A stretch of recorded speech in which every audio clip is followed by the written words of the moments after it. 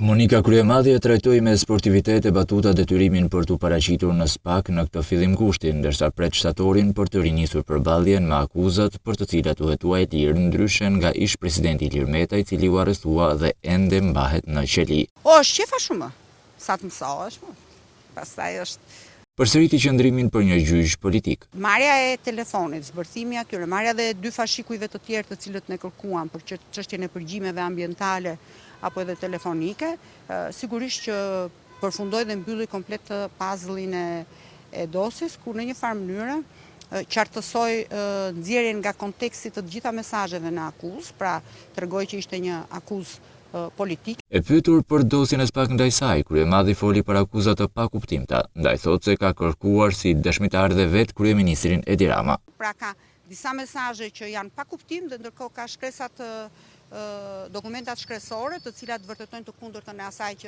që thot akuza dhe që kështu pa detyrimisht duhet ballafaqojmë se nëse merret i pandehur Ilir Meta për dy vendime që ka firmosur Edi Rama, atëherë SPAK-u pretendon që unë kam ushtruar ndikim të paligjshëm përkundrejt kundër shpërblimit ndaj Edi Ramës, kështu që dëshmia e tij është domethënëse dhe shumë e rëndësishme për të vërtetuar dhe për të thënë nëse cili ka qenë ndikimi që Monika Kryemadhi ka ushtruar ndaj Edi Ramës. Pra i ka vënë pistoletën nga koka Monika Kryemadhi që ka firmosur këto gjëra apo e ka bler.